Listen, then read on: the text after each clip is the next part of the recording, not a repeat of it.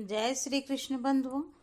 आज हम बात करेंगे मकर संक्रांति का पर्व। मकर संक्रांति एक अत्यंत ही पावन और विशेष पर्व है जो सूर्यदेव धनु राशि से निकलकर मकर राशि में प्रवेश करते हैं और यह पर्व सूर्यदेव के उत्तरायण होने का भी प्रतीक माना जाता है और इसी दिन मकर संक्रांति मनाई जाती है। मकर संक्रांति के साथ ही खरमास भी समाप्त हो जाता है और सभी प्रकार की मांगलिक कार्यक्रम एक बार फिर से प्रारंभ हो जाता है। तो आइए जानते हैं 2026 में मकर संक्रांति का साल का पहला पर्व किस दिन मनाया जाएगा। 13 जनवरी को या फिर 14 जनवरी को या फिर 15 जनवरी को। तो देखिए, इस बार साल 2026 में 14 जनवरी को मकर संक्रांति का पर्व मनाया जाएगा। हिंदू कैलेंडर में पूरे वर्ष भर में 12 संक्रांतियां होती है, लेकिन मकर संक्रांति अपने धार्मिक महत्व के कारण सभी संक्रांतियों में सबसे अधिक महत्वपूर्ण मानी जाती है, जिसे लोग खिचड़ी भी कहते हैं। और इस दिन खिचड़ी बनाकर उसका भोग भगवान श्री हरि विष्णु को लगाया जाता है और प्रसाद स्वरूप स्वयं भी ग्रहण किया जाता है और लोगों में भी बांटा जाता है। लेकिन इस बार मकर संक्रांति के दिन है, एकादशी पड़ने के कारण आप खिचड़ी बनाकर केवल खिचड़ी का चाहे आप दान कर सकते हैं और इस दिन मकर संक्रांति के दिन आप तिल का भी दान और तिल का भोग भी भगवान को अवश्य ही लगाएं। खिचड़ी के जगह पर आप तिल और गुड़ का भोग लगाकर उसी को प्रसाद स्वरूप बांट सकते हैं और खिचड़ी का दान आप अगले दिन कर सकते हैं। मकर संक्रांति के दिन सुबह उठकर अगर हो सके तो गंगा जी में स्नान करें या फिर घर में ही नहाने के पानी में काले तिल और गंगा जल मिलाकर स्नान करें।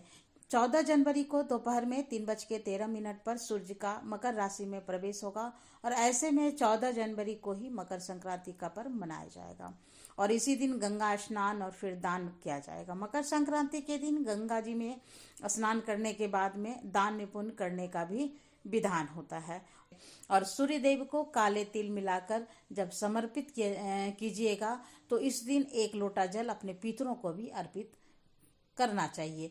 फिर अपने सामर्थ्य के अनुसार तिल, गुड़, खिचड़ी, गर्म वस्त्र या अपने सामर्थ्य के अनुसार दक्षिणा इत्यादि का दान करें। इस दिन 14 की संख्या का विशेष महत्व होता है। 14 की संख्या में दान करना बहुत ही शुभ माना जाता है, जिससे कि सुख समृद्धि आती है और सूर्य देव और शनि देव भी प्रसन्न होते हैं, क्योंकि मकर संक्रांति का दिन विशेष रूप से सूर्य नारायण को समर्पित होता है। इसलिए इस दिन सूर्य की पूजा करने के बाद अगर हो सके तो तांबे के लोटे में या फिर तांबे से बनी हुई किसी भी चीज का दान कीजिएगा और पीपल के पेड़ की पूजा करके पीपल के पेड़ में भी जल अर्पित करना चाहिए। मकर संक्रांति के दिन शाम के समय में घर के मुख्य द्वार पर एक दीपक जलाएं और उसके साथ ही तुलसी जी के पास भी पीपल के वृक्ष के नीचे सरसों के तेल का दीपक जलाना अत्यंत ही शुभ माना जाता है। इससे शनि दोष, पितृदोष और दरिद्रता दूर होती है। मकर संक्रांति के दिन सूर्य देवता को प्रसन्न करने के लिए जब आप सूर्य नारायण को जल समर्पित करेंगे तो उस समय इस मंत्र का जाप जरूर ही कीजिएगा। ओम आदित्याय नमः, ओम आदित्याय नमः। कम से कम आप 11 बार 21 बार आप जो है मंत्र का जाप कीजिएगा।